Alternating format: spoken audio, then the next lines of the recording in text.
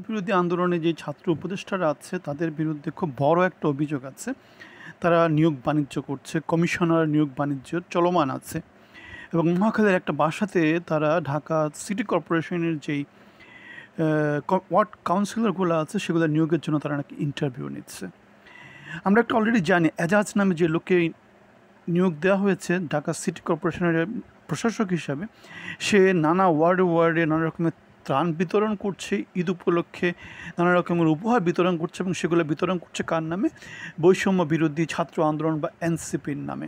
সরকারি ত্রাণ এরা একটা পার্টির হয়ে বিতরণ করছে। সো আমরা দেখতে পাচ্ছি এর আগে আসুদ মাহমুদ সজীব ভুঁইয়ার একটা অভিযোগ ছিল যে সে হেলিকপ্টার ইউজ করে সরকারের ৮ লক্ষ টাকা অপব্যয় করেছে। তাও বিতরণ করতে গিয়েছে কত ৩০,০০০ টাকার কম্বল বিতরণ করতে গিয়ে সে এই কাজটা করেছে। আমরা দেখেছি অহরহ নানা রকমের অভিযোগের কথা দেখেছে। তারা আজকে প্রাদো ইউজ করছে, কালকে এটা ইউজ করছে, আজকে ৫ কোটি টাকার গাড়ি, কালকে ১০ কোটি টাকার গাড়ি, এরকম গাড়ি তারা ইউজ করছে এবং সেটা নিয়ে তারা ভিডিও করছে, সেটা আমরা দেখেছি। সো আমরা অনেক আগে থেকে বলে আসছি যে এরা হচ্ছে দখলদার, এরা প্রতারণা করছে জাতির সাথে, অনেক দিন আগে থেকে বলে আসছি। কারণ অর্জনটা ছিল পুরো বাংলাদেশের ছাত্র সমাজের, আপামর জনসাধারণের। সেখানে এই ৫-৬ জন লোক কোথাকার কোন, যারা হচ্ছে আবার গিরগিটি কালার, আজকে শিবির, কালকে ছাত্রদল, পরশু আবার ছাত্রলীগ, তারপরে আবার ন্যাশনাল সিকিউরিটি কি ন্যাশনাল সিটিজেন পার্টি, বৈষম্য বিরোধী নানা রকমের খেতাব ধরে এরা হচ্ছে গিয়ে এখন হেলিকপ্টারের সিট পায়, সিট নাকি খালি যায়, এরকম একটা ব্যাপার। সো আমরা যেটা বলছি, বাংলাদেশ নতুন নতুন প্রতারকের পাল্লায় পড়েছে, বাংলাদেশ যোগ্য লোকের পাল্লায় কখনোই ছিল না।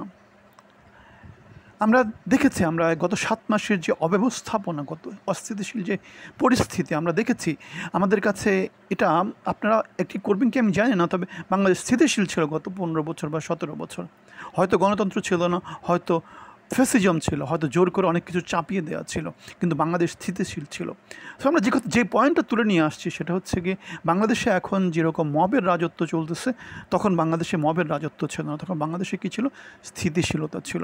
সো তাহলে বাংলাদেশে দুটা বিপরীত কেন্দ্র আছে। একটা হচ্ছে গিয়ে যখন আপনি কিছুই করবেন না মবের রাজত্ব তৈরি হবে, যখন আপনি জোর করবেন তখন হচ্ছে গিয়ে দেশের স্থিতিশীলতা থাকবে এবং একটা ফ্যাসিজমের ব্যবসা আবার চলে আসবে। সুতরাং শাসন ব্যবস্থা হচ্ছে মাঝামাঝি।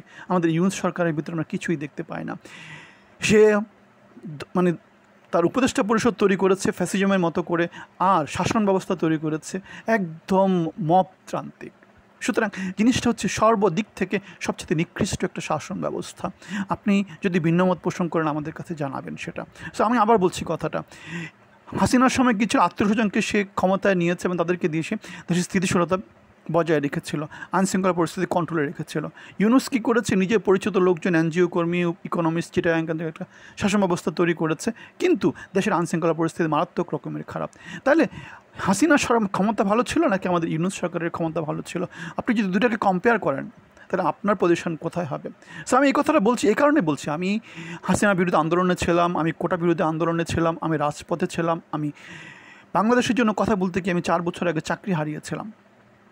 সো আপনি যদি আপনার পজিশনটা আপনি কমেন্টে জানাতে পারেন, আপনি কী কী করেছেন দেশের জন্য, আপনার কী কী অবস্থান, আপনার কী কী অর্জন। সো আমরা যেটা বলছি, তাহলে এখন বাংলাদেশে যে অবস্থা চলছে ছাত্র সমন্বয়কদের মধ্য দিয়ে, বা এই যে ঘোলা পানির মাছ শিকার করছে, এই যে গিরগিটি কালার, এই যে নিজেদের আখের গুছিয়ে নিচ্ছে, কেউ ট্যাক্স মওকুফ করে নিচ্ছে, কেউ অব্যাহতি নিয়ে নিচ্ছে, কেউ স্বাধীনতা পদক পাচ্ছে, কেউ ২১শে পদক পাচ্ছে, কেউ বড় বড় পজিশন পাচ্ছে, কেউ প্রেস মিনিস্টার হয়ে যাচ্ছে, কেউ উপদেষ্টা হয়ে যাচ্ছে, কেউ সচিব হয়ে যাচ্ছে।